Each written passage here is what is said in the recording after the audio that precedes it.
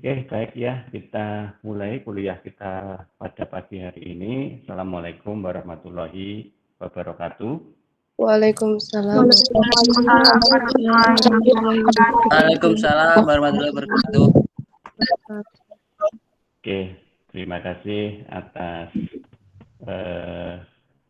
kesediaannya dalam melakukan pembelajaran daring kita selama ini. Dan sebelum kita mulai perkuliahan, tak lupa saya ucapkan selamat menjalankan ibadah puasa bagi yang sedang menjalankannya. Semoga pada puasa kita tahun ini mendapatkan berkah dan mendapatkan semua hal yang kita inginkan atas pahala puasa yang kita lakukan.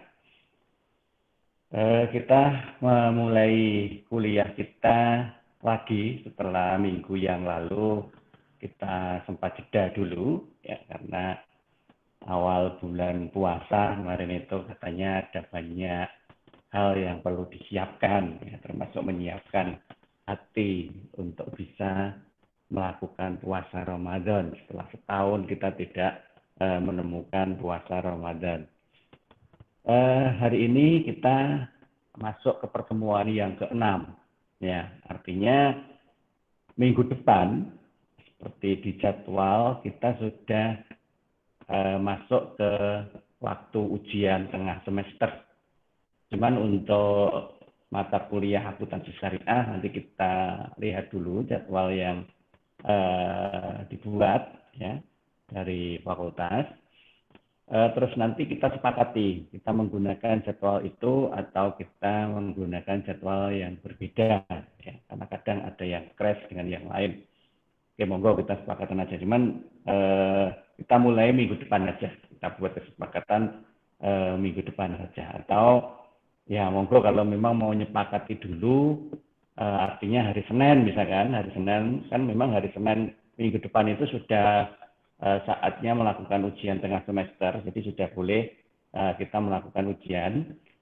Silahkan membuat kesepakatan dengan kelas semuanya ya, karena di sini ada 3 kelas A, kelas B, dan kelas C. Ya, kalau memang sepakat di hari Senin ya nanti kita akan lakukan di hari Senin itu. Media yang kita pakai sama dengan yang pernah kita lakukan di semester lalu untuk mata kuliah yang lain, yaitu kita menggunakan platform Classroom, ya, masih persis seperti kemarin. Jadi akun Classroom-nya tidak boleh dihapus selama kita masih kuliah, ya, walaupun nanti misalkan sudah masuk secara offline pun Classroom akunnya jangan dihapus, karena nanti masih ada beberapa penugasan atau pembelajaran atau pengujian yang lewat situ. Oke, itu untuk awal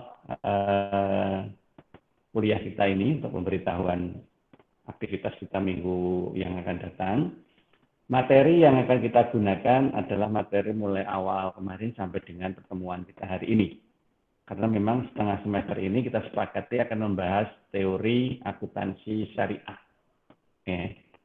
Jadi pahami benar terkait dengan semua aspek teori yang kemarin sudah dijelaskan mulai pertemuan pertama sampai hari ini. Nanti kita akan coba lihat dari beberapa dasar hukum syariahnya ya, jadi supaya nanti kita punya gambaran bagaimana segala sesuatu di dalam terkait hukum syariah itu.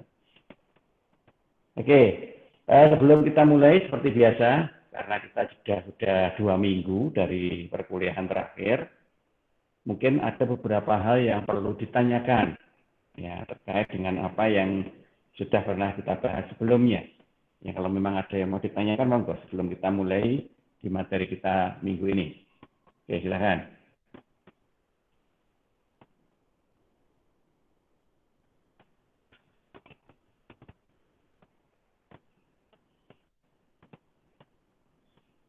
Oke, jika memang belum ada yang ditanyakan, kita akan langsung masuk saja ke materi kita pada pertemuan hari ini. Sebagaimana yang tadi saya sampaikan, bahwa pada saat ini, pada hari ini kita akan mencoba membahas terkait dengan konsep syariah. Ya, konsep syariah dalam sebuah lembaga keuangan. Sering kali saya sampaikan di kelas ini bahwa ketika kita bicara ketentuan di dalam Islam, itu kita bicara dua hal yang memang harus kita lakukan, yaitu ketentuan dalam aturan-aturan ibadah dan ketentuan dalam aturan-aturan muamalah. Oke. Kemudian kata kunci yang bisa kita gunakan untuk memahami mana hal yang harus kita lakukan dalam ibadah dan muamalah itu harus kita pegang benar. Intinya, kalau kita bicara ibadah itu, segala sesuatunya itu tidak diperbolehkan kecuali yang aturannya jelas. Nah, karena ibadah itu urusannya dengan Tuhan, ya, sehingga tidak boleh kita sembarangan melakukan sesuai dengan kehendak manusia. Oleh karena itu, Tuhan mengatakan bahwa semuanya itu tidak diperbolehkan kecuali yang ada aturan jelas. Sehingga dalam hal ini kita kalau bicara ibadah benar-benar harus mengikuti aturan yang jelas.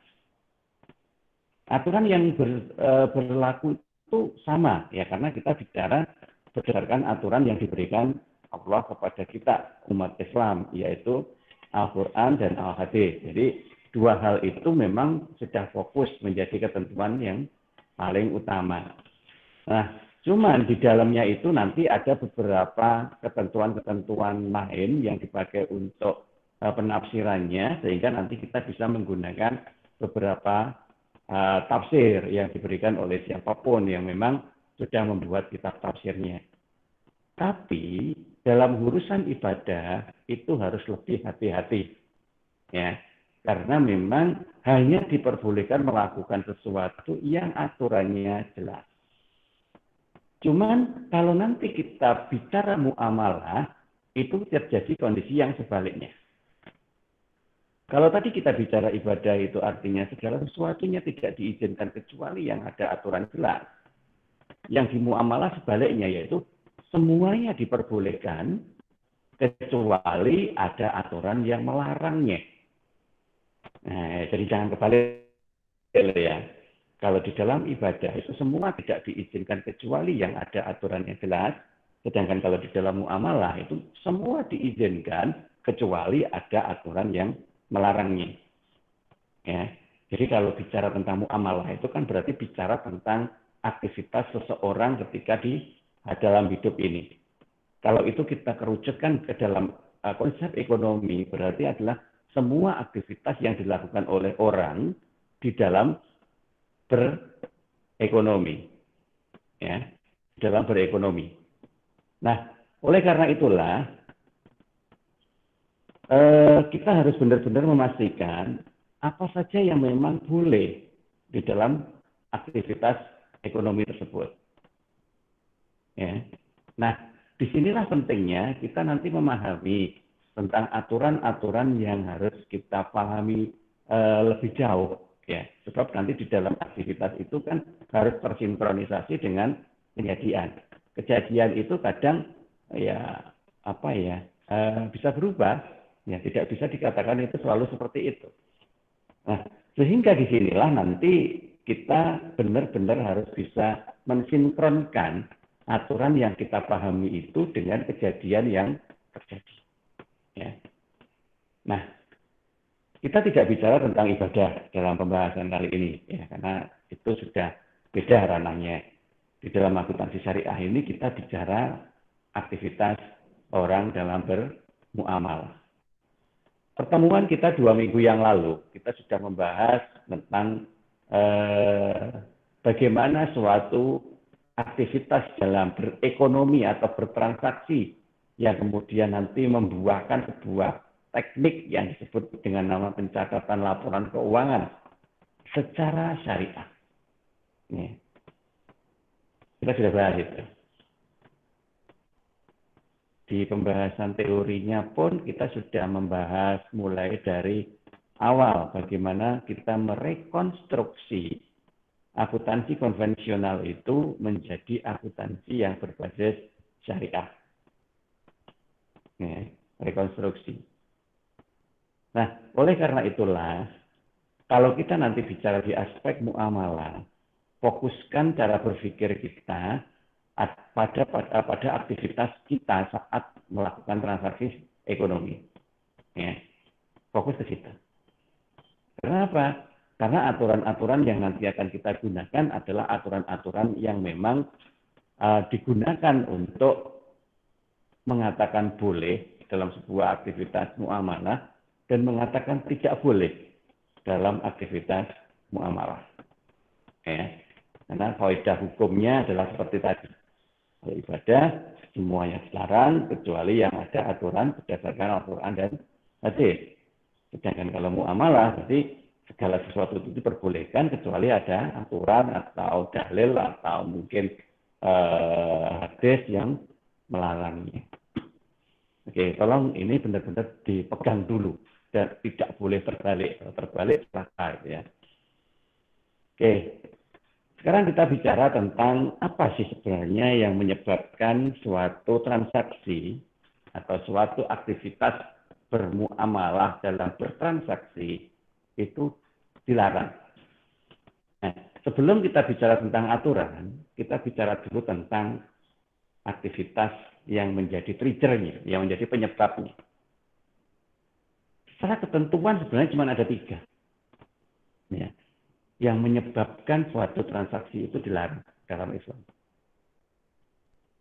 Yang pertama memang secara zat, ya secara barang, secara fisik atau secara objek dari barang yang ditransaksikan itu sudah haram. Maka disebut dengan nama haram li zatihi. Ya. Jadi barangnya aja sudah haram gitu ya. Jadi ya sudah.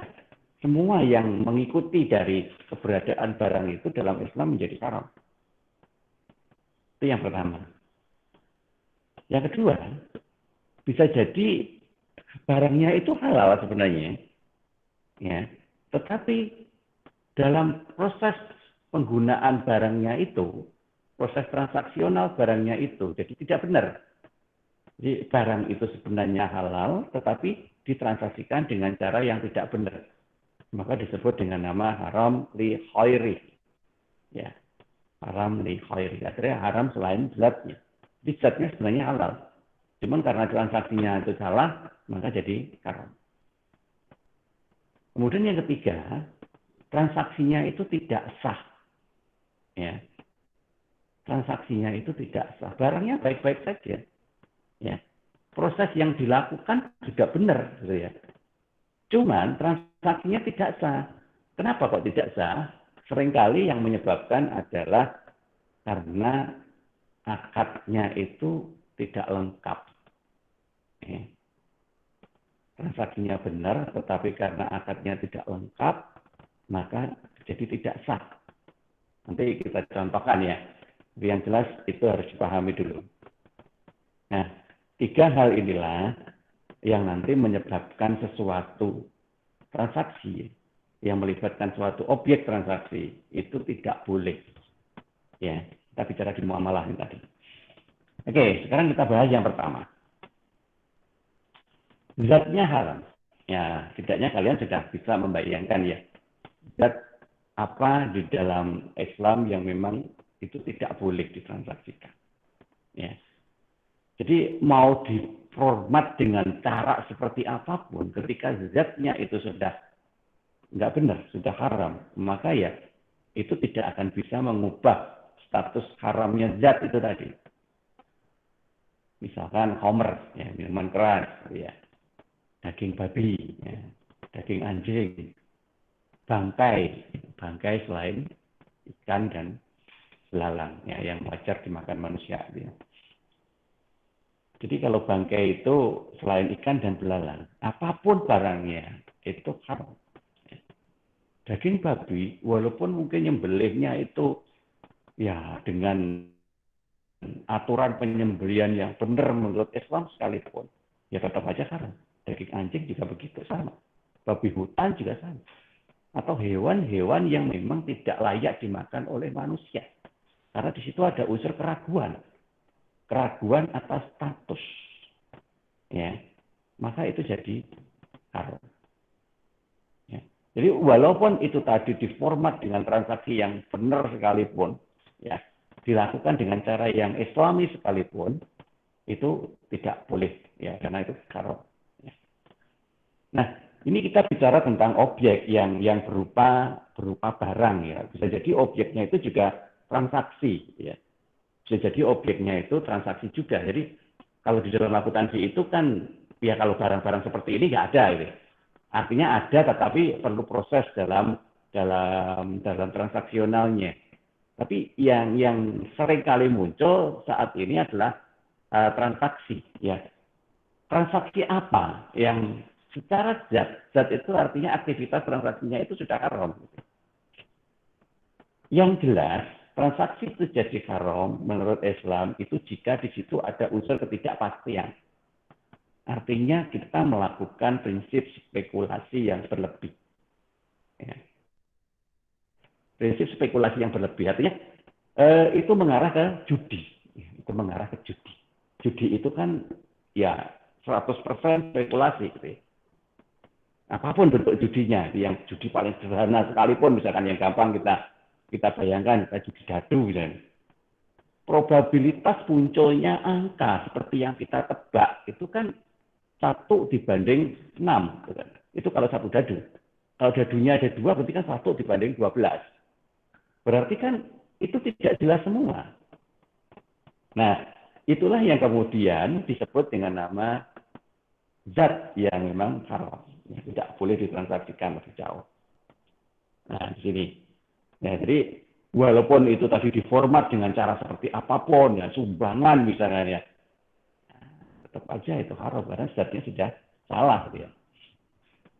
Oke, jadi kata kunci yang kita pakai untuk memahami suatu zat itu haram adalah ketika di dalam aturan memang ada yang menyebut langsung seperti daging tadi ya, atau di dalam aturan itu menyebut prinsip dari keberadaan dari zat itu tadi. Saya sebut zat itu tidak murni hanya fisik ya. Bisa jadi tadi aktivitas produksi atau aktivitas barang atau aktivitas jasa. Ya. Oke, kemudian yang kedua, haram selain zatnya. Ya, haram selain zatnya. Jadi secara zat itu nggak masalah, halal. Ya, toyib juga. Ya, berguna, bermanfaat secara zat. Tetapi kemudian ketika kita melakukan transaksinya itu tidak mengikuti aturan di dalam syariat, maka akhirnya transaksi itu jadi haram. Jadi hati-hati ya. Barang yang benar sekalipun itu bisa jadi haram gara-gara salah dalam mentransaksikan. Maka dari sinilah orang akuntansi benar-benar harus bisa memahami aturan di dalam syariat. Ya, supaya apa? Ya, kita tidak terjebak pada suatu hal yang salah, gitu ya. Nah, karena apa? Transaksi yang salah itu bisa membawa sesuatu yang halal sekalipun menjadi haram. Yang pertama, itu melanggar prinsip antara din minkum. Melanggar prinsip antara din minkum. Apa antara din minkum itu? Maksudnya adalah sebuah transaksi di dalam Islam itu harus ada keridhaan. Ridho dari kedua belah pihak yang bertransaksi, bahkan sampai keridhonya Allah. Jadi Allah itu baru ridho jika kedua pihak yang bertransaksi itu juga ridho, ada kerelaan. Nah, supaya itu terjadi kerelaan bagaimana? Artinya tidak ada aspek yang tertutup di dalam proses transaksionalnya. Sama-sama mempunyai informasi yang seimbang atas suatu hal yang ditransaksikan. Jadi jangan sampai kita kayak apa ya, beli kucing dalam karung ya. Biasanya begitu katanya. Jadi kita membeli sesuatu yang penuh dengan tebakan, dugaan. Nah, apalagi pakai asumsi, wah bahaya gitu kan. Sehingga apa? Sehingga apapun yang kemudian kita akan temui pasca transaksionalnya itu tidak ada aktivitas saling menyalahkan, tidak ada kejadian saling menuduh. Karena kita sama-sama tahu. Nah, biar tahu bagaimana. Ya kalau kita sebagai penjual, ya kita sampaikan semua yang ada di dalam barang itu. Dan kalau kita sebagai pembeli, ya kita harus mencari tahu dari sumber manapun terkait barang yang akan kita beli itu. Sehingga pada saat transaksi itu berjalan, tidak ada antara penjual dan pembeli itu yang saling menyembunyikan sesuatu atas produk yang ditransaksikan. Kalau nanti itu terjadi, berarti akan muncul yang namanya asimetri informasi. Ya, tentunya kalian sudah mulai pernah dengar kan itu ya. Asimetri informasi adalah suatu informasi yang tidak seimbang antara satu pihak yang bertransaksi dengan pihak lain. Transaksi itu tidak hanya jual beli loh ya. Transaksi itu tidak hanya jual beli. Semua aktivitas yang melibatkan dua orang atau lebih dalam suatu hal yang dikerjasamakan itu sudah bisa disebut sebagai transaksi. Maka di dalam Islam kita menyebut transaksi itu selain jual beli adalah kerjasama, kemudian sewa menyewa, ya kan? Nah kemudian titipan. Titipan itu pun sudah ada yang disebut transaksi. Nah, di dalam Islam, ketika nanti terjadi yang namanya informasi yang tidak seimbang, itu dalam bahasa fikihnya disebut dengan nama tadlis. Tadlis. Tadlis itu adalah suatu kondisi di mana satu pihak tidak mengetahui informasi yang sebenarnya diketahui oleh pihak lain. Kalau di dalam akuntansi, kita kembali aja ke akuntansi konvensional. Pihak accounting sebagai manifestasi dari representasi aktivitas kinerja manajemen, ya tentunya kan ngerti semua hal yang ada di dalam operasional bisnis itu. Tentunya ngerti, nggak mungkin enggak, ya kan? Kemudian pihak lain, karena nanti dia bertugas membuat laporan keuangan, yang laporan keuangan itu disampaikan kepada investor, dan investor itu ada di luar sana yang tidak ngerti bagaimana kondisi uangnya dikelola. Maka disitulah sudah muncul gejala tadlis. Sudah muncul gejala tadlis. Nah, tadlis itu nanti bisa dihilangkan dengan adanya trust, ya, kepercayaan. Jadi investor itu percaya bahwa apa yang dilakukan oleh bagian accounting itu benar-benar sesuai dengan yang terjadi. Nah, karena sudah dipercaya, maka harusnya bagian accounting-nya itu benar-benar merepresentasikan semua kinerja keuangan. Makanya di situ ada salah satu indikator untuk sebuah laporan keuangan yang berkualitas adalah transparansi. Artinya apa? Artinya menyampaikan beberapa hal yang seharusnya memang diketahui oleh pihak lain. Ya, transparansi. Nah, berarti kalau transparansi dalam laporan keuangan apa? Ya harus disusun sesuai dengan standar akuntansi yang berlaku umum. Nah, seperti itu. Tidak boleh kemudian ada sesuatu yang janggal dalam informasi. Nah, inilah yang disebut dengan nama prinsip antara minkum yang berpotensi muncul tadlis yang harus dihindari. Sebab nanti kalau kalian itu demi menjaga suatu hal, demi untuk meloloskan suatu proses, kemudian menutup sesuatu yang seharusnya memang sama-sama diketahui, maka transaksi itu sudah haram. Ya sudah, kalian sudah bisa meneruskan kalau transaksinya apa yang akan terjadi berikutnya ya. Saya sepertinya nggak perlu menjelaskan sejauh itu. Yang jelas sudah sama dengan ketika kalian mengkonsumsi sesuatu yang haram. Nah, di dalam transaksi jual beli, ini yang paling gampang itu kita pakai contoh jual beli aja ya. Tadlis itu ada 4 hal. Yang pertama, tadlis secara kuantitas. Kuantitas itu jumlah, berarti ada sejumlah nilai takar yang tidak disertakan di dalam barang yang dijual itu. Yaitu mengurangi takaran. Nah, mengurangi takaran itu bisa dilakukan dengan berbagai macam cara. Itu. Bisa jadi yang seharusnya diberikan itu tidak diberikan. Nah, itu mengurangi takaran. Karena tergantung objeknya. Objeknya barangnya apa. Kalau beras misalkan ya 1 kilo beras itu ya benar-benar 1 kilo gitu loh ya, ditimbang 1 kilo ya dengan timbangan yang benar tentunya, bukan kok timbangannya dimodifikasi ya. Atau kalau liter ya liternya liter yang benar gitu kan.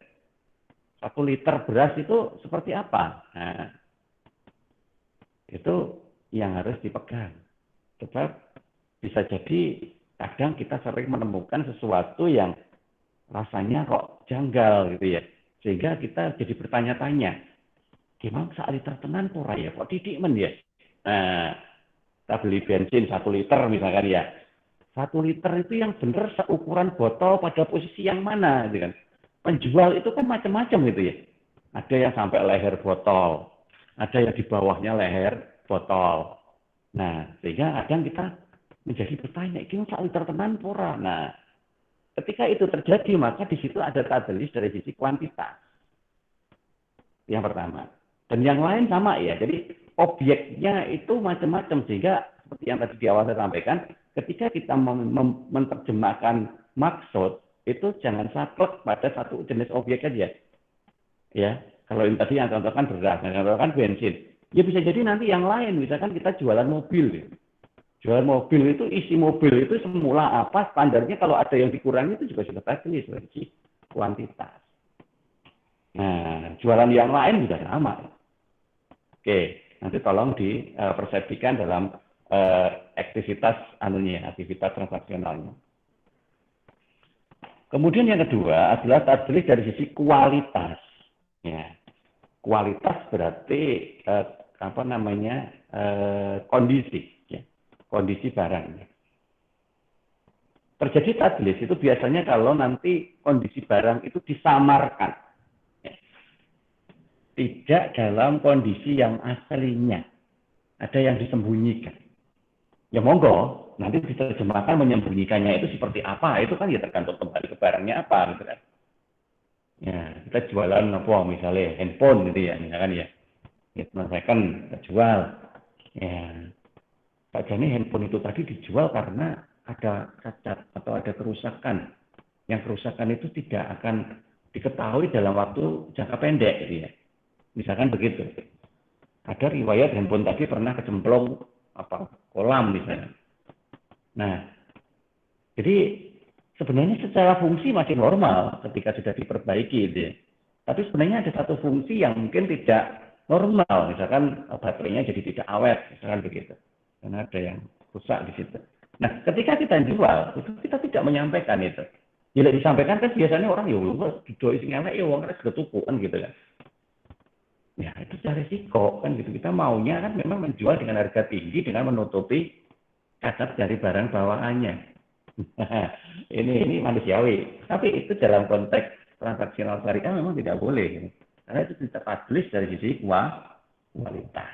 Karena yang seharusnya kita jelaskan, walaupun itu nanti potensinya akan mengubah nilai barang, ya sudah itu risiko. Kan gitu. Yang penting aktivitasnya itu benar-benar sesuai dengan hukum syariah. Oke, itu dari sisi kualitas. Kemudian yang ketiga, itu terjadi yang namanya tadelis dari sisi harga. Nah, ini juga sering ini. Yaitu pedagang itu kadang menaikkan barang yang dijual itu ketika dia melihat bahwa si pembeli itu tidak tahu tentang harga normal dari barang itu. Atau terlihat pembeli itu butuh, gitu misalkan ya. Wah, butuh ya. Jerku ya tak unggak no. Seperti itu. Butuh, karena butuh.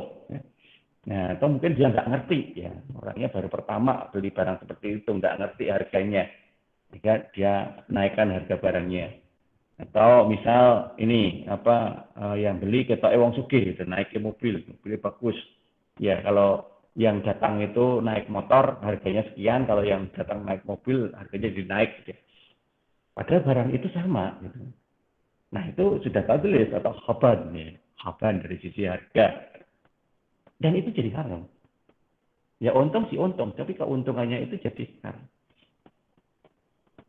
Nah, dan yang keempat, karena ini kita biasanya itu menyepelekan masalah kesepakatan waktu penyerahan. Kadang kan gini kan, Ya saya sendiri sering mengalami itu ya. Jadi kita beli barang di toko nih misalkan ya. Saya tanya, kan saya nggak bisa bawa sendiri barang itu pulang, nanti minta dikirim aja. Ya ada biaya kirim juga nggak apa-apa. Cuman saya tanya, nanti dikirim kapan? Kan gitu kan. Ya si penjualnya itu matur, ya, nanti sore dikirim. Oke, nggak apa-apa weh, nanti sore tak tunggu. Nah, ditunggu sore sampai malam barangnya itu nggak ada, nggak datang gitu kan. Iya, kalau mungkin kita nyatet nomor teleponnya, mungkin kita bisa telepon gitu ya. Tapi kalau enggak kan kita berharap terus. Ya aku jangan-jangan malam ketika toko udah tutup di atas jam 9. Nah, artinya apa? Kita mungkin membatalkan suatu aktivitas yang lain demi karena kita berjanji akan ada orang yang ngirim barang ke tempat kita. Itu kalau dalam persepsi si pembelinya loh ya. Artinya itulah yang kemudian menyebabkan waktu penyerahan yang tidak sesuai dengan kesepakatan menyebabkan terjadinya tablis. Karena bisa jadi itu merusak atau mengacaukan jadwal si orang yang kita ajak sepakatan. Kadang kita sebagai penjual, ya, dari sisi penjual, kadang itu kita anggap biasa. Belum ayo iso ngirim iki mau piye? Oh barangnya yo sik urung eneng sing dipakai ngangkut. Hujan sisan, sing diantar, sing suruh ngantar biasanya itu yo enggak ada. Nah, terus kemudian kita benarkan secara sepihak kejadian itu. Ya wis apa-apa sesuk. Wong ora ya paham. Nah, kita benarkan sepihak gitu loh ya. Itu wajar, itu biasa lah kiriman itu molot. Nah, atas nama kewajaran akhirnya itu kita anggap remeh. Padahal yang di luar sana yang sudah menunggu tadi, dia membatalkan banyak kegiatan yang mungkin kegiatan yang dibatalkan itu lebih penting lagi. Nah, itu yang kita tidak sadar. Oleh karena itulah maka transaksinya menjadi tablis. Jadi hati-hati, baik Anda sebagai pembeli atau sebagai penjual terutama ya.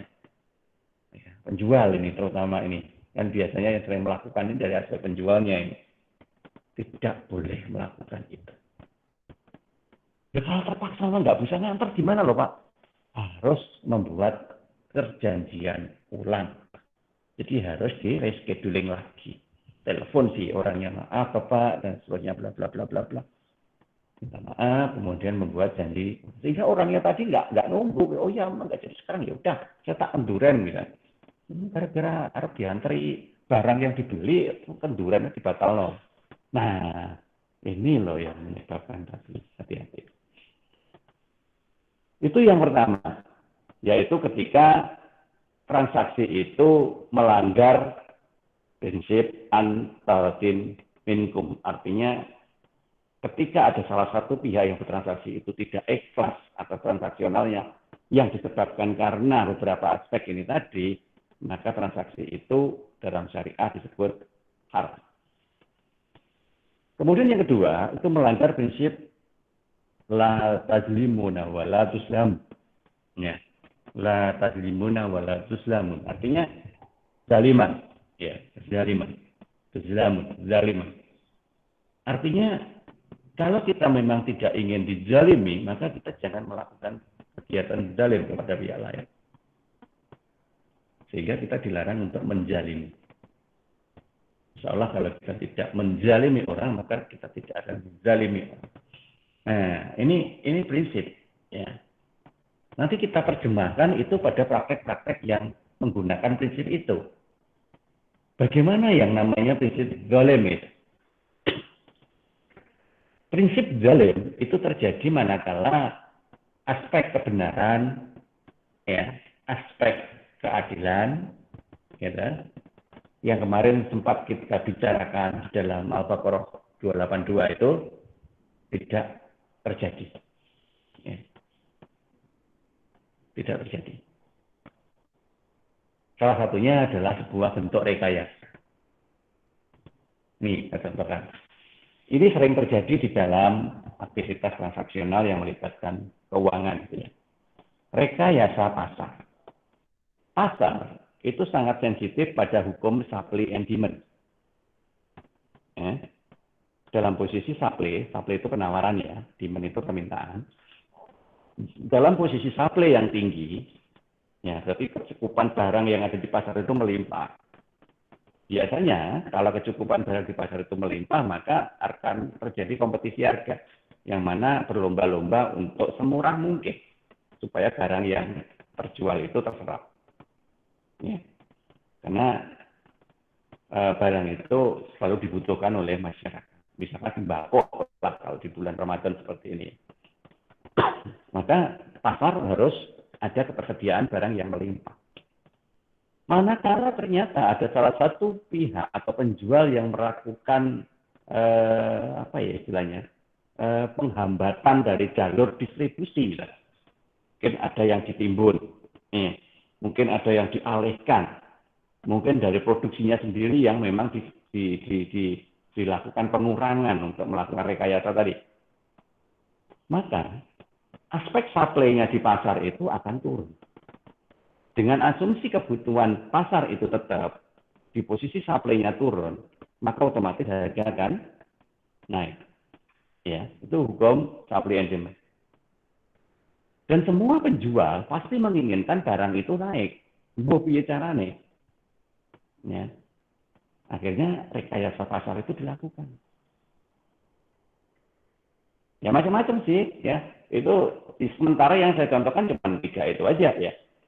Misalkan membuat barangnya jadi langka. Kemudian setelah itu dia membuat sebuah program. Yang penting dapat barangnya maka harus berani beli dengan harga sekian. Ya, sehingga apa? Sehingga dia sebenarnya mengambil keuntungan lebih tinggi pada suatu barang yang sebenarnya sama. Hanya gara-gara dia melakukan review. Di dalam konvensional, hal ini memang menjadi salah satu strategi.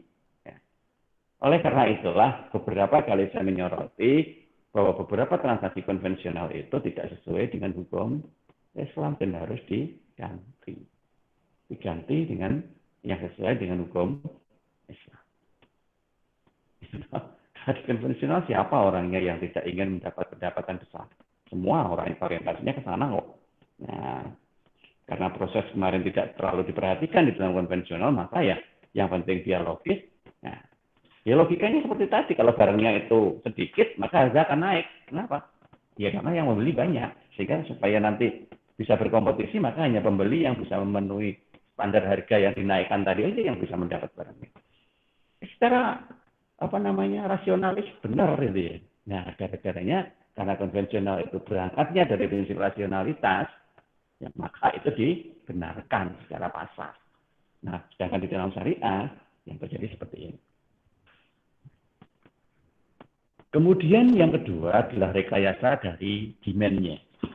Kalau yang rekayasa dari supply-nya itu tadi disebut dengan nama ektikor, ya, ektikor.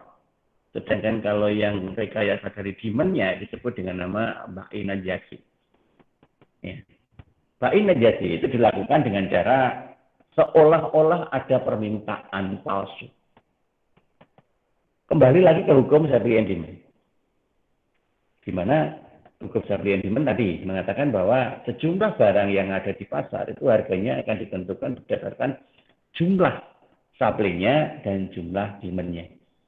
Jika jumlah supply dan demand itu seimbang, maka harga akan stabil.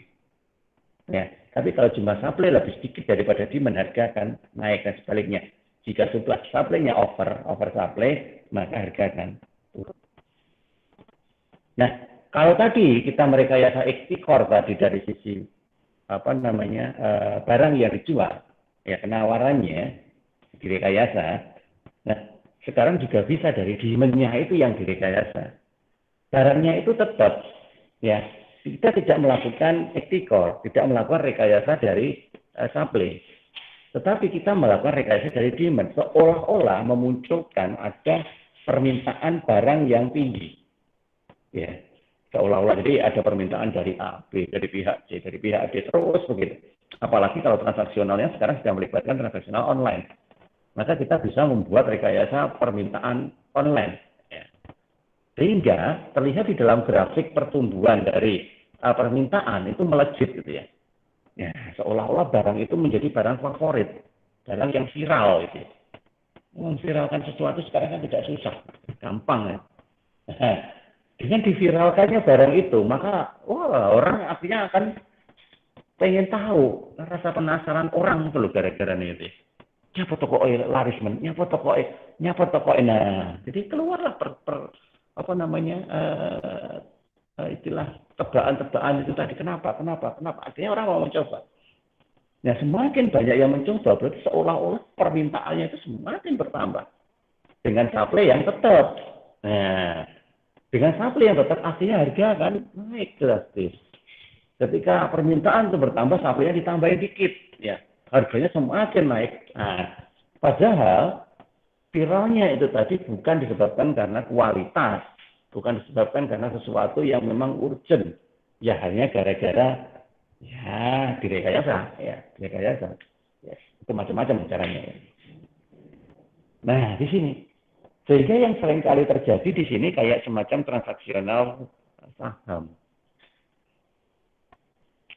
Ketika sebuah perusahaan itu mengalami kondisi yang sangat viral, ya, misalkan apa yang viral itu, dia baru saja IPO misalkan gitu ya, baru saja masuk ke jajaran penawaran saham yang publik, ya.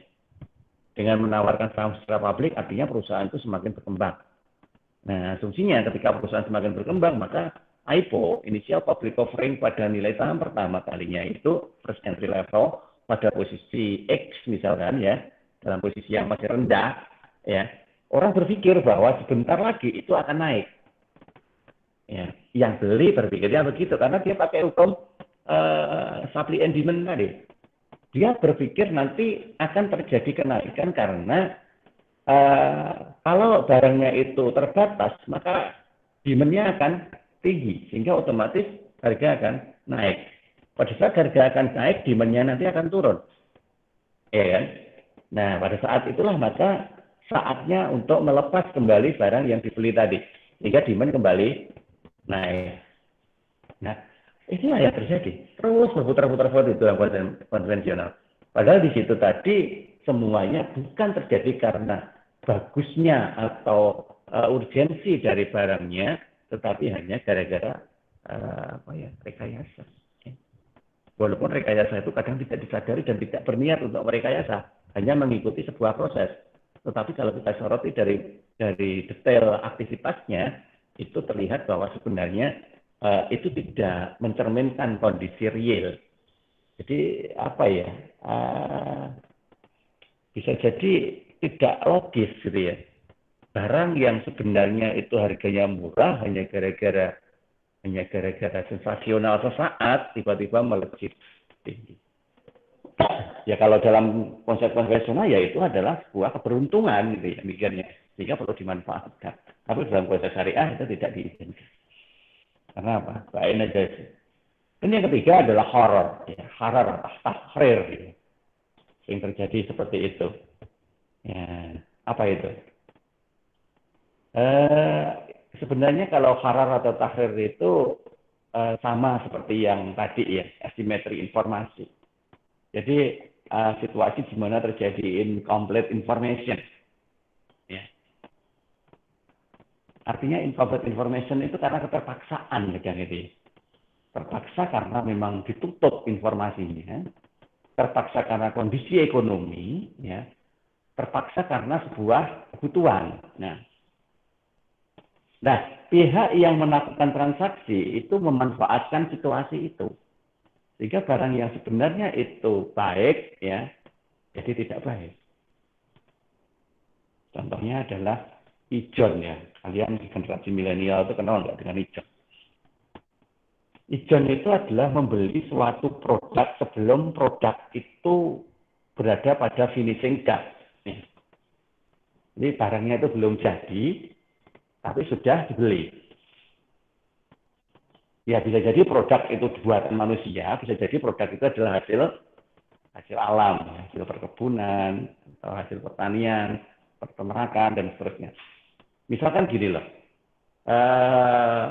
Contohnya sapi itu ya, sapi. Ada anak sapi, ya. Anak sapi itu sebenarnya belum layak untuk diperjualbelikan. Tetapi ada orang yang datang berencana untuk membeli kalau sapi itu nanti sudah sudah siap untuk disembelih misalkan gitu aja ya, maka sapi itu nanti harganya adalah 25 juta misalkan.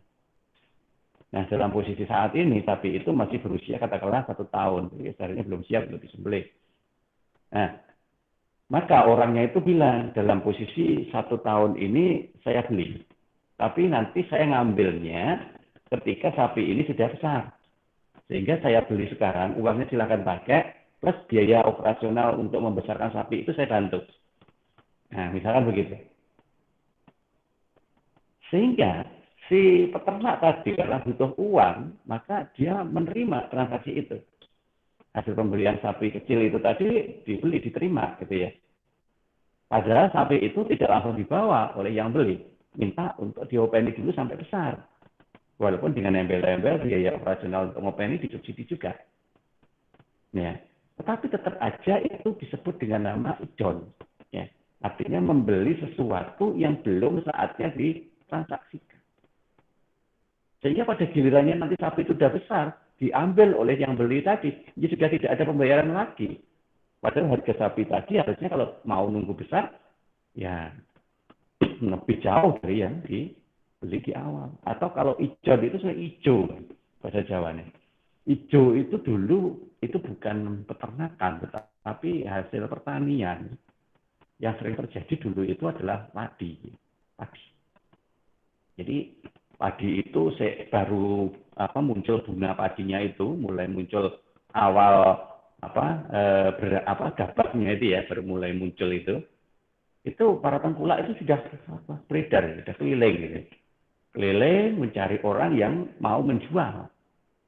Jadi posisi sebenarnya itu kan belum bisa dipanen gitu. Tapi si tengkulak itu mau beli gitu ya. Kalau misalkan per 1 hektarnya itu katakanlah nanti kalau panen itu bisa menghasilkan penjualan gabah katakanlah sebesar 10 juta misalkan ya. Maka ketika dia masih barusan keluar butiran padinya itu dia tawar separuh. Ya. Uangnya dibeli, dibayar sekaligus di situ. Nah, kalau memang ada keterpaksaan dari pihak yang menanam, taninya itu, ya maka dia akan menerima uang itu. Ya, padahal dia masih ngopeni padi itu sampai siap untuk dipanen nanti. Nah, tengkulak itu akan mengambil saat padi itu sudah siap dipanen. Dan si penjual tidak akan mendapatkan uang lagi karena uangnya sudah diberikan di awal. Maka itu namanya harar dari sisi kuantitas, disebut dengan nama ijon. Sedangkan kalau yang sapi tadi, itu sebenarnya harar dari sisi kualitas, karena memang seharusnya dia belum siap untuk dijual, tapi sudah dijual. Kemudian yang seringkali terjadi itu harar di sisi harga. Itu seringkali ketika ini terjadi jual beli yang melibatkan pihak leasing. Ya, pihak leasing. Artinya sebenarnya misalkan rumah ya, perumahan itu dijual kredit. Oke, nggak ada masalah dijual kredit. Ada di situ bunga, ya oke lah kalau pakai konsep konvensional. Ada bunga katakanlah ya. Nah, ternyata ketika dijual kembali oleh pihak lain, maka bunga itu bertambah, ya berkembang ini bunganya. Tambah lagi, sehingga bunga berbunga namanya. Ya, bunga yang satu aja sudah berat, ditambah lagi dengan bunga yang berikutnya. Maka itu jadi haram. Nah, kemudian yang keempat adalah haram dari sisi waktu penyerahan. Ya. Beda dengan yang tadlis tadi loh ya. Kalau tadlis dari sisi waktu tadi ketika janjinya itu tidak dipenuhi. Ya. Jadi janji akan dikirim pukul 5 sore, ternyata sampai malam nggak ada kabar, nggak ada pengiriman. Nggak tahu besok pun sudah sore lagi. Itu tadlis. Tapi kalau di sini adalah haram dari sisi waktu. Itu malah barang yang ditransaksikan itu aja malah belum jelas posisinya. Yang sering terjadi itu gini, hati-hati itu ya. Yang sering saya lihat itu di kendaraan itu. Beli mobil misalnya. Ada sebuah mobil A katakanlah ya. Mobil A itu bukan miliknya si penjual ini. Penjual ini hanya perantara.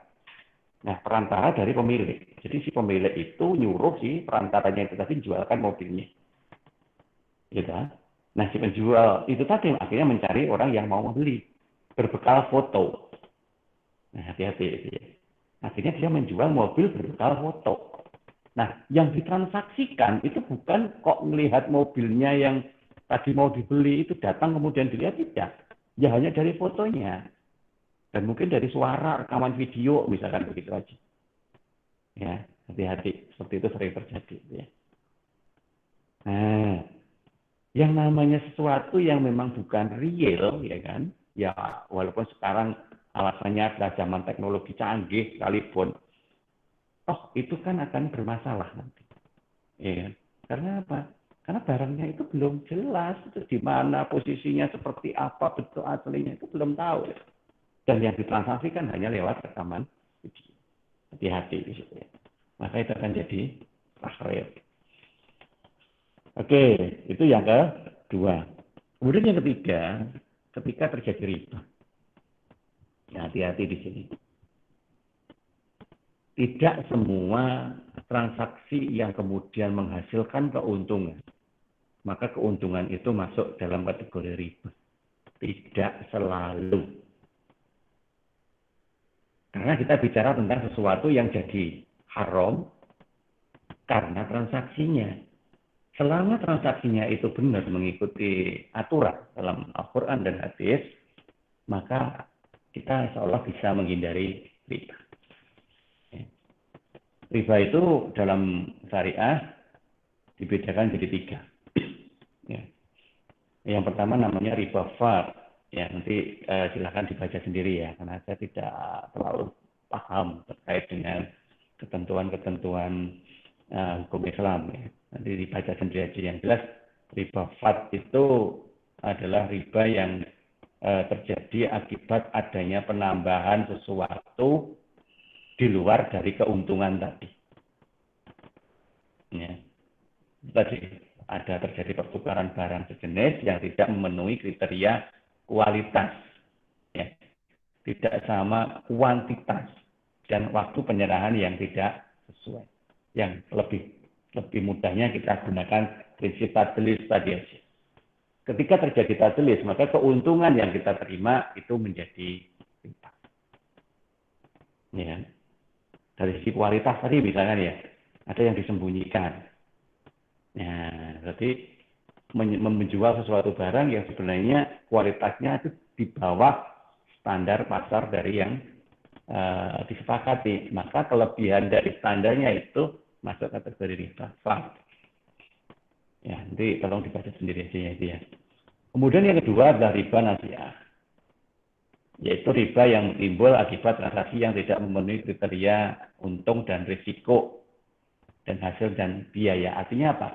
Cost and benefit-nya enggak seimbang, enggak sinkron. Sehingga kadang ketika transaksionalnya itu mengabaikan aspek keuntungan, mengabaikan aspek risiko, dan mengabaikan aspek biaya, maka di situ nanti akan muncul riba. Ya. Karena di situ lebih banyak didominasi oleh niat untuk berspekulasi. Ya, kalau kita sebut semuanya sih sebenarnya agak menakutkan ya. Karena hampir semua transaksi konvensional itu nanti ujung-ujungnya ada ribanya tetap ya.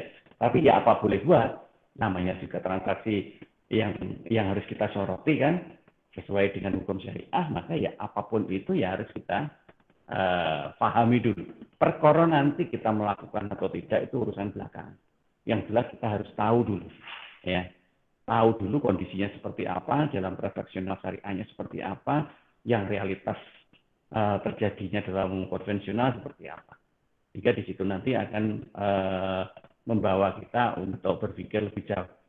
Ya oke, melakukan, tapi apakah itu nanti akan selamanya atau nanti akan insaf pada satu waktu tertentu.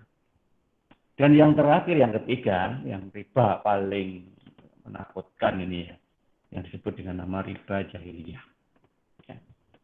Seringkali riba jahiliyah itu terjadi pada saat terjadinya transaksi hutang piutang. Ya. Ya.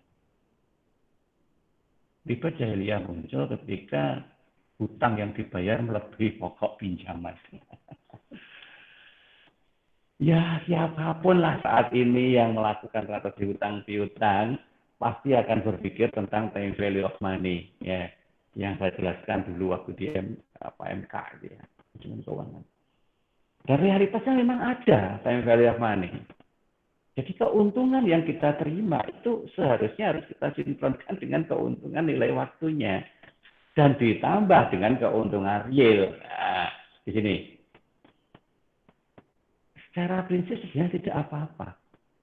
Selama saling memahami dan saling meridhoi. Tetapi yang jadi masalah itu seringkali itu digenerate untuk semua pihak. Baik itu yang mampu atau tidak mampu. Karena prinsipnya orang hutang itu kan cuma ada dua. Yang pertama ingin berkembang cepat, yang kedua memang nggak punya. Nah, cuma itu aja. Ya kalau memang ingin berkembang cepat, is okay. Karena nanti ada perputaran yang bisa dipakai. Yang nggak punya. Tetapi celakanya prinsip itu digenerate untuk semua keadaan. Maka muncullah fatwa khulu kharbin jara manfa'ah wa riba. Setiap pinjaman yang mengambil manfaat. Nah ini. Jadi hati-hati kata kuncinya ini. Jara manfa'ah. Pinjaman yang mengambil manfaat. Kalau memang tujuannya kita mau membantu, terus kemudian disepakati atas bantuan itu ya ada jasa deh yang memang harus disampaikan karena yo saya sudah mengorbankan kepentingan saya dengan uang itu. Ya tapi kan tidak boleh kemudian digenerate dengan manfaat yang saklek seperti itu. Ya kalau memang belum bisa sekarang ya nanti di rescheduling. Belum bisa lagi ya di restrukturisasi. Nah, cuman di dalam sebuah ketentuan perbankan konvensional mana mungkin itu terjadi. Ya kan? Ya bisa restrukturisasi, bisa rescheduling, tetapi kan nanti tetap ada denda. Maka denda itu nanti yang kemudian akan menambah nilai dari riba jahiliyah. Ya, oke lah. Just to know aja ya. Jadi sebagai orang Islam setidaknya kita ngerti itu semua.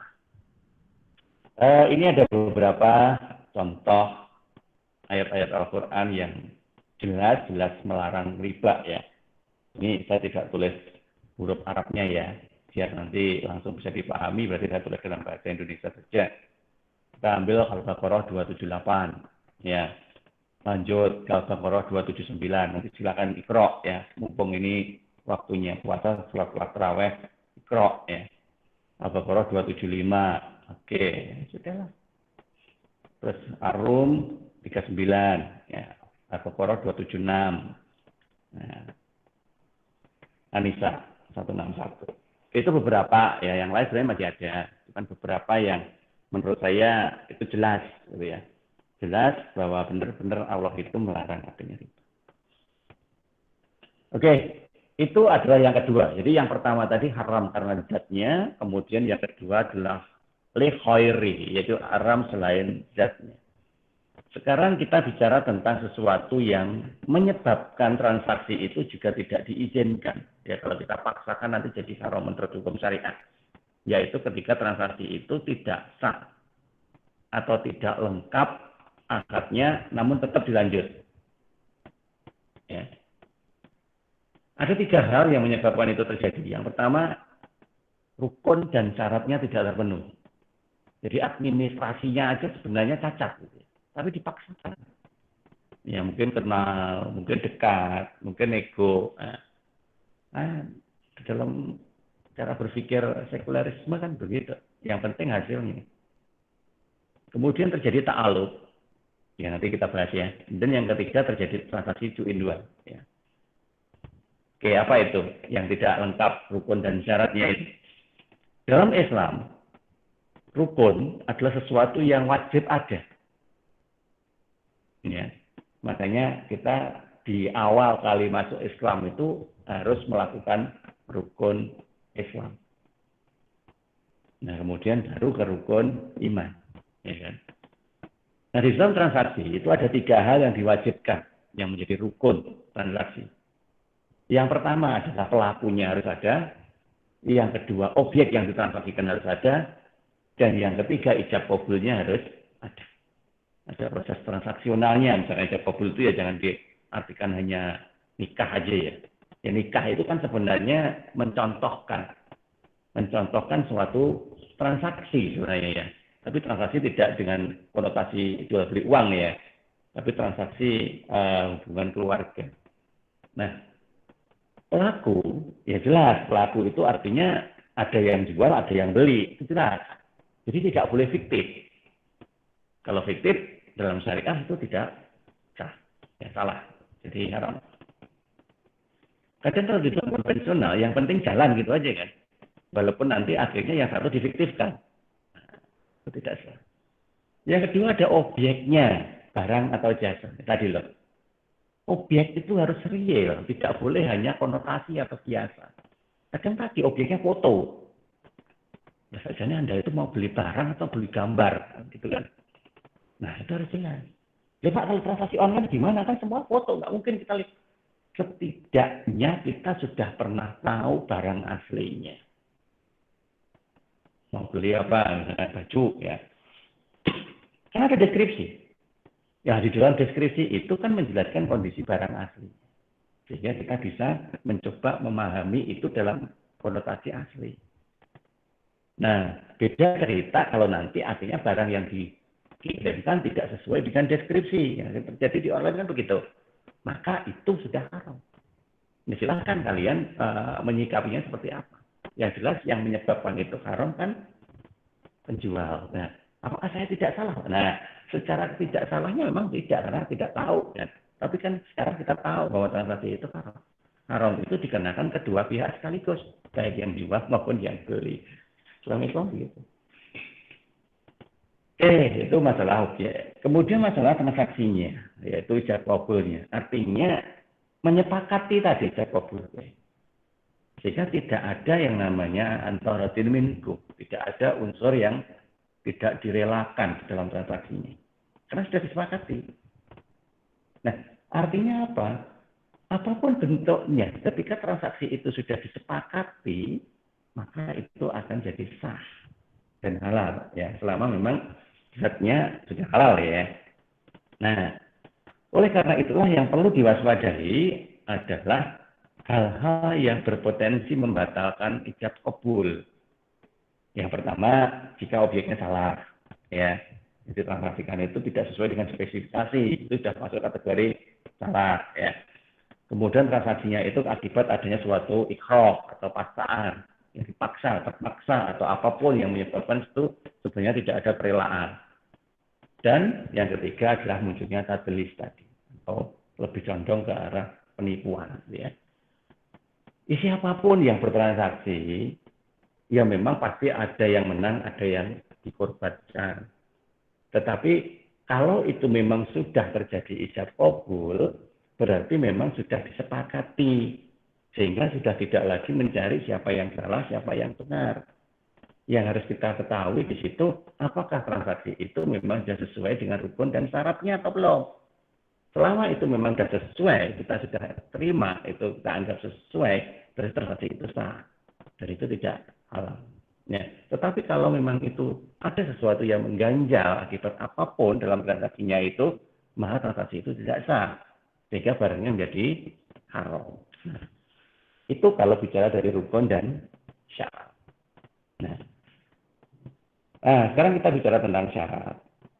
Ada suatu syarat di dalam Islam itu bagi siapa yang melakukan transaksi. Yang mana orang yang melakukan transaksi harusnya orang yang ngerti, orang yang paham, disebut dengan nama mukallaf. Ya. Artinya ngerti tentang sesuatu atau transaksi tersebut. Maka kalau memang ada yang tidak ngerti karena sesuatu hal tadi, maka transaksinya itu harus dibatalkan. Jadi ijab kabulnya harus di-cancel. Ya. Supaya tidak menyebabkan transaksi itu haram. Kan eman-eman barangnya, barangnya apik jadi haram gara-gara prosesnya atau fasid. Ya. Sehingga kita harus bisa memahami mana syarat, mana rukun. Karena syarat tidak bisa membatalkan rukun dan rukun tidak bisa membatalkan syarat. Nah, keduanya itu tidak perlu dicampur adukkan. Syarat tidak boleh menghalalkan yang haram, tidak boleh mengharamkan yang halal, tidak boleh menggugurkan rukun, tidak boleh bertentangan dengan rukun. dan tidak boleh mencegah berlakunya rukun. Nah, sini. Ya. Oleh karena itulah maka kita harus pahami ini lebih jauh. Kemudian yang kedua adalah terjadinya ta'alluq. Ya. Ta'alluq itu terjadi bila kita itu dihadapkan pada dua akad yang saling berkaitan, di mana berlakunya akad pertama itu tergantung dari akad yang kedua. Ya. Ada syarat gitu ya misalnya. Misalnya gini, seringkali terjadi dalam transaksi ini apa namanya kontrak ya, tender kontrak. Suatu pihak yang akan menjalankan suatu proyek, ya, itu biasanya akan diuji kualifikasinya. Salah satu syarat uji kualifikasi adalah memiliki dana yang nanti dipakai untuk membangun proyek itu. Karena biasanya dari si pemberi proyek itu akan memberikan dana itu secara bertahap, dengan termin, ya, bertahap. Artinya apa? Si pelaksana proyek itu harus mempunyai dana dulu untuk melaksanakan aktivitas proyeknya itu sebelum ada pencairan tahap-tahap pembayaran dananya tadi dari si pemberi proyek. Nah, wajar, ya, secara kewajaran ini ya, wajar jika pemberi proyek itu pengen tahu kemampuan finansial dari si pelaksana proyek. Akhirnya, biasalah si penerima proyek itu nanti harus menyerahkan yang namanya kemampuan pendanaan finansialnya dalam bentuk bank garansi. Ya, bank garansi. Ngerti bank garansi ya? Nanti coba browsing di Google kalau belum tahu. Itu jaminan dari bank bahwa si penerima proyek tadi, si pelaksana tadi mempunyai kemampuan finansial sejumlah sekian rupiah yang akan dipakai untuk talangan pembangunan proyek sebelum dana proyeknya itu cair. Nah, berarti apa? Artinya kan ada ta'alluq dalam itu. Proyek baru akan bisa berjalan kalau si pelaksana proyek itu mampu memberikan bank garansi. Jadi tergantung dari jumlah bank garansi yang di-store. Kalau jumlah bank garansinya itu kecil, tidak sebanding dengan pelaksanaan proyek, maka dia tidak lolos kualifikasi. Secara rasionalisme itu benar. Artinya di dalam konsep konvensional itu dilakukan dan biasa. Tidak ada masalah. Fine-fine aja. Dan memang begitu prosesnya. Ya. Rasionalisme, sekali lagi, dalam budaya sekularisme. Tapi di dalam hukum syariah itu tidak boleh. Ya. Karena transaksi itu hanya disepakati berdasarkan dari aktivitas yang dilakukan selama tidak melanggar beberapa prinsip tadi, maka itu harus dijalani. Nah kalau begitu gimana Pak? Kalau gitu nggak boleh. Transaksinya boleh, cuman prosesnya harus kita sesuaikan. Itulah yang saya sebut dengan nama rekonstruksi. Ya. Kita itu boleh kok melakukan transaksi-transaksi seperti konvensional. Cuman harus kita sesuaikan prosesnya. Ya, seperti itu. Daripada seperti itu, kan lebih baik langsung aja sebelum akadnya itu dilakukan, maka kita membuat beberapa persyaratan. Di mana persyaratannya itu tidak menjadi sebuah ketergantungan. Ya, jadi hanya seperti untuk pendukung. Ya, maka itu untuk menghindari ta'alluq. Kemudian yang ketiga adalah transaksi two-in-one. Jadi two-in-one itu adalah sebenarnya transaksinya itu satu, tetapi satu transaksi itu bersumber dari dua transaksi yang berbeda. Objeknya sama, pelakunya sama, jangka waktunya sama, tetapi kejadiannya tidak sama. Sehingga akhirnya orang bingung, sebenarnya itu mana yang transaksi aslinya. Kalau kalian pernah tahu, di dalam sebuah transaksi leasing itu kan ada yang namanya leasing dengan hak beli. Leasing itu sendiri prinsip dasarnya adalah sewa. Sehingga ketika barang itu dipakai, yang dibayarkan adalah biaya sewa. Kalian akan mengkredit biaya sewa. Ya. Nah, tetapi dalam perjalanan waktunya sampai batas sewanya tadi berakhir, barang yang tadi disewa otomatis menjadi hak milik dari penyewanya. Nah, iya kan? Bingung toh?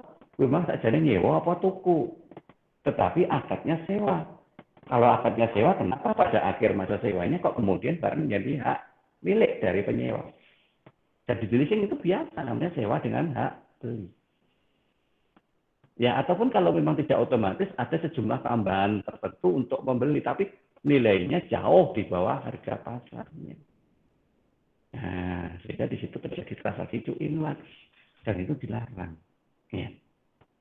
Transaksi apapun, selama itu memang tidak jelas akadnya itu di transaksi yang mana, itu dilarang.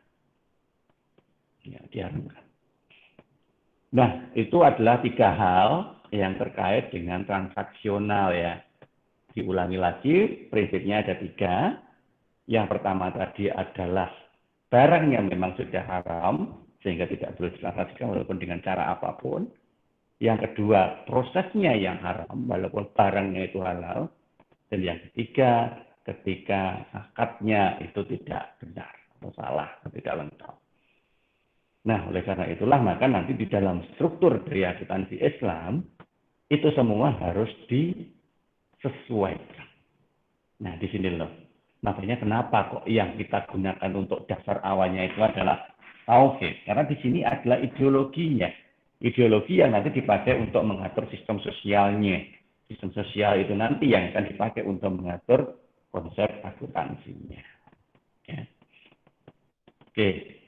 Secara konklusinya, secara kesimpulannya, nanti kita bisa lihat di beberapa ketentuan yang ada di dalam Al-Quran ataupun Al-Hadis. Saya banyak membawa Al-Quran ya untuk penjelasan ini. Tadi masalah riba sudah saya jelaskan, prinsip umum akuntansi syariah, nanti ya tetap kembali ke surat Al-Baqarah ayat 282. Nah, disinilah nanti yang perlu kita pahami supaya apa? Supaya nanti kita bisa memastikan bahwa di dalam transaksionalnya itu benar-benar sesuai dengan syariah. Beberapa penjelasan yang selanjutnya, ini sebenarnya adalah conclusion, karena memang ini adalah materi kita yang ke-6. Conclusion dari beberapa penjelasan-penjelasan di materi-materi kuliah sebelumnya. Ya. Jadi karena memang ini conclusion, monggo nanti ini dipakai untuk merefresh ya. Merefresh apa yang sudah kita bahas di periode kuliah sebelumnya. Kemudian ada beberapa yang nanti akan kita bahas di ini setelah UTS nanti. Ya, ini contohnya. Ketika nanti kita akan membahas tentang standar akuntansi syariah. Sekaligus ini menjadi sebuah informasi bagi kalian, tolong nanti setelah UTS mohon disiapkan yaitu standar akuntansi keuangan, akuntansi syariah. Ya, monggo lah caranya seperti apa bebas. Yang penting kalian menyiapkan, bisa mengcopy dari PSAK yang ada di perpustakaan itu, atau beli khusus PSAK akuntansi syariah, ada sendiri itu bukunya tipis, nggak setebal PSAK asli itu. Atau kalau ada bisa browsing di web, monggo kalau memang ada yang publish gitu ya. Kalaupun nanti di IAI itu ada, tetapi biasanya harus login jadi members dulu ya untuk ambil di situ. Nah, kita nanti akan berdiskusi terkait dengan kerangka dasar penyusunan laporan keuangan bank syariah dan beberapa PSAK dari bank syariah. PSAK 59 itu kalau untuk belajar masih boleh dipakai ya, untuk pembanding nanti. Sehingga silakan kalau kalian nanti juga akan melengkapinya dengan PSAK 59. Tetapi yang jelas, yang perlu kalian lengkapi adalah minimal PSAK nomor 100 sampai dengan PSAK nomor 106. Minimal itu. Minimal ya.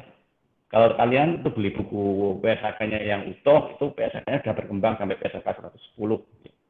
Ya, sudah semakin kompleks lagi ya.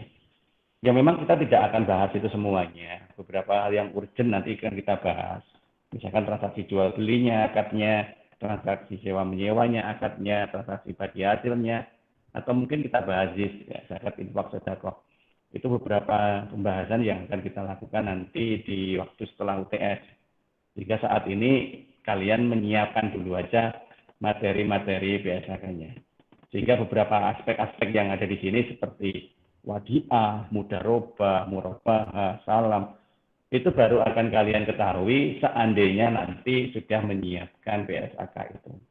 Insya Allah kita akan pahami materi-materi ini ya di awal pertemuan kita setelah UTS nanti. Ya, tapi ya itu aja ini saya sampaikan dulu ya. Silahkan nanti disiapkan beberapa beberapa BSAK-nya. Yang saya sebut tadi ini, paling tidak BSAK nomor 100 atau 101 juga nggak apa-apa deh. 101 sampai 106 minimal itu ya. Syukur kalau nanti masuk sampai BSAK 107, 8, 9, 10. Kalau memang yang ini belum, minimal yang 109 ya, akan kita bahas tentang akuntansi, zakat, infak, dan sedekah. Oke, mungkin begitu dulu untuk pembahasan kita pada pagi hari ini. Semoga apa yang kita bahas hari ini bermanfaat. Mohon maaf, saya belum bisa membuka sesi tanya jawab, ya. Nanti tolong di-share aja di grup atau boleh WA secara pribadi ke saya untuk tanya jawabnya. Hari ini saya ada jadwal rapat yang belum bisa untuk memberikan sesi tanya jawab. Terima kasih atas perhatiannya ya. Silakan nanti di-share di grup kalau memang mau ada pertanyaan. Sekali lagi saya ingatkan, mumpung masih bisa silakan melakukan presensi di Google sampai presensi di Simtik. Nah, presensi di Simtiknya. Oke, kalian saya tutup untuk pembahasan kuliah kita pagi hari ini di Google Meet.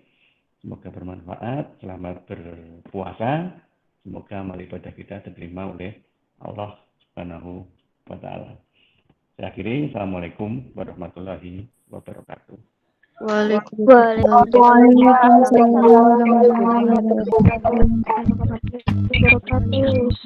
Waalaikumsalam warahmatullahi wabarakatuh. Waalaikumsalam.